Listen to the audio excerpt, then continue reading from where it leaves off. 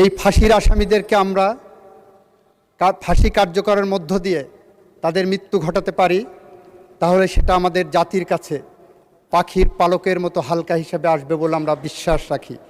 মাননীয় স্পিকার, এটুকু ছিল আমাদের পক্ষ থেকে এই মহান জাতীয় সংসদ এবং জাতির কাছে আমাদের দেওয়া প্রতিশ্রুতি। সেদিন আমরা বলেছিলাম, আমাদেরকে যখন সাংবাদিকরা প্রশ্ন করেছিলেন রামিসার বাবা বিচার চান না, এ বিষয়ে আমাদের বক্তব্য কী, আমরা বলেছিলাম এর একমাত্র জবাব হবে তাকে সেই আস্থার জায়গা ফিরিয়ে দেওয়া।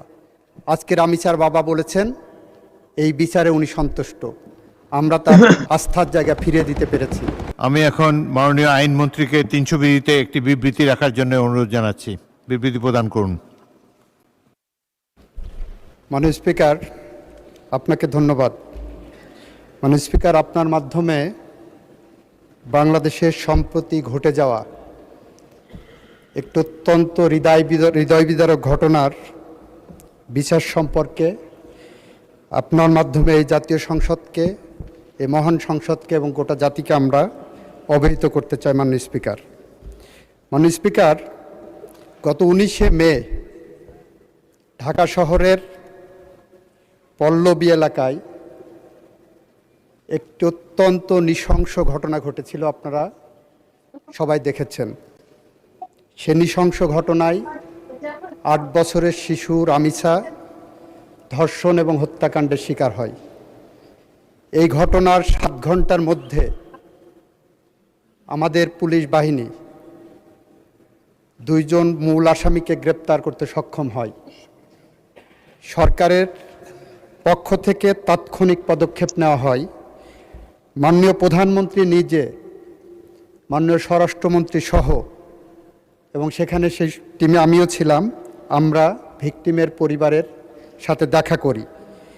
ওই দিন ভিকটিমের বাবার একটি আহাজারি ছিল যে উনি বিচার চান না, কারণ এদেশে এই ধরনের ঘটনার বিচার হবে না। আমরা আশ্বস্ত করেছিলাম, মাননীয় প্রধানমন্ত্রী আশ্বস্ত করেছিলেন এই ঘটনার আমরা বিচার করতে বদ্ধপরিকর। মাননীয় স্পিকার, আপনার মাধ্যমে এই মহান সংসদকে জানাতে চাই, আমাদের পুলিশ বাহিনী 5 দিনের মাথায় সুষ্ঠু তদন্ত করে এই ঘটনার পুলিশ প্রতিবেদন দাখিল করেছিলেন 24 তারিখ ঈদের আগে দুপুর 12টার সময়। 24 তারিখ দুপুর 4টের মধ্যে সেই চার্জশিট আমরা সিএমএম কোর্ট থেকে সংশ্লিষ্ট ট্রাইব্যুনালে নিয়ে যায়। মাননীয় স্পিকার, আমাদের সামনে একটা শঙ্কা ছিল, সেটা হলো বাংলাদেশের সমস্ত আদালতগুলো 1 জুন থেকে, নিম্ন আদালত ম্যাজিস্ট্রেসি বাদ দিয়ে নিম্ন আদালত 1 জুন থেকে 15 জুন পর্যন্ত গ্রীষ্মকালীন ছুটিতে যাওয়ার কথা। আমাদের মাননীয় প্রধান বিচারপতিকে আমরা অনুরোধ করার পরে বাংলাদেশের সকল শিশুর প্রতি সহিংসতামূলক যে ট্রাইব্যুনালগুলো গঠন করা হয়েছে, আমরা গত সংসদে আইন পাশ করেছি, সেই ট্রাইব্যুনালগুলোকে আমরা ছুটির আওতা বহির্ভূত রাখতে সক্ষম হই। 24 তারিখে চার্জশিট পাওয়ার পরপরই আমরা যখন দেখেছি যে আসামি পক্ষ কোনো আইনজীবী দেয়নি, তাদের বিচার প্রক্রিয়াকে প্রশ্নবিদ্ধ করার অন্যতম একটা প্রক্রিয়া ছিল, আমরা আইনের বিধান মেনে রাষ্ট্রপক্ষ থেকে 24 তারিখেই আমরা আসামিকে একটি স্টেট ডিফেন্স লয়ার দিতে সক্ষম হই। মাননীয় স্পিকার, 24 তারিখে ট্রাইব্যুনাল বসে 1 জুন যেদিন প্রথম কোর্ট আদালত খুললেন, রোজার ছুটির, ঈদের ছুটির পরে 1 জুন চার্জ ফ্রেমিংয়ের জন্য রাখে। 1 জুন যথারীতি এই মামলার অভিযোগ গঠন করা হয়। 2 জুনে এই মামলার 16 জন সাক্ষীর সাক্ষ্য সমাপ্ত করা হয়, গ্রহণ করা হয়। 3 জুনে এই মামলায় আসামিপক্ষ কোনো সাক্ষী দিতে চান কি না সেই ধরনের একটি দিন ধার্য রাখা হয়। 4 জুনে যুক্তিতর্কের জন্য উপস্থাপন দিন ধার্য করা হয়।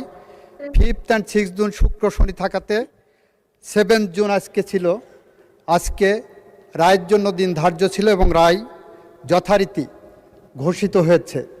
আমরা রাষ্ট্রপক্ষ থেকে, প্রসিকিউশনের পক্ষ থেকে সমস্ত সাক্ষ্য সুবাদ উপস্থাপন পূর্বক যে রায় প্রত্যাশা করেছিলাম, যে রায় প্রস্তাব করেছিলাম, যে রায় আদালতের কাছে প্রার্থনা করেছিলাম, আদালত সমস্ত সাক্ষ্য প্রমাণ আলোচনা করে 41 ঘন্টা পর্যন্ত 41 মিনিট শুধুমাত্র তার পর্যালোচনা এবং আদেশের পাঠটা ঘোষণা করেছেন। এবং আমরা আনন্দের সাথে জানাচ্ছি যে আমরা রামিসা হত্যাকাণ্ডের সাথে জড়িত 2 জন আসামি, মূল আসামি সোহেল এবং তার সহযোগী তার স্ত্রী, তাকে আদালতের মাধ্যমে মৃত্যুদণ্ডের রায় পেয়েছি। মাননীয় স্পিকার, মাও সেতুংয়ের একটি ঐতিহাসিক উক্তি আছে, কোনো কোনো মৃত্যু থাই পাহাড়ের মতো ভারী, কোনো কোনো মৃত্যু পাখির পালকের মতো হালকা। মাননীয় স্পিকার, রামিসা হত্যাকাণ্ড আমাদের জীবনে থাই পাহাড়ের মতো ভারী হয়ে আছে। আর যদি এই ফাঁসির আসামিদেরকে আমরা ফাঁসি কার্যকরের মধ্য দিয়ে তাদের মৃত্যু ঘটাতে পারি, তাহলে সেটা আমাদের জাতির কাছে পাখির পালকের মতো হালকা হিসেবে আসবে বলে আমরা বিশ্বাস রাখি। মাননীয় স্পিকার, এটুকু ছিল আমাদের পক্ষ থেকে এই মহান জাতীয় সংসদ এবং জাতির কাছে আমাদের দেওয়া প্রতিশ্রুতি। সেদিন আমরা বলেছিলাম, আমাদেরকে যখন সাংবাদিকরা প্রশ্ন করেছিলেন রামিসার বাবা বিচার চান না, এ বিষয়ে আমাদের বক্তব্য কী, আমরা বলেছিলাম এর একমাত্র জবাব হবে তাকে সেই আস্থার জায়গা ফিরিয়ে দেওয়া।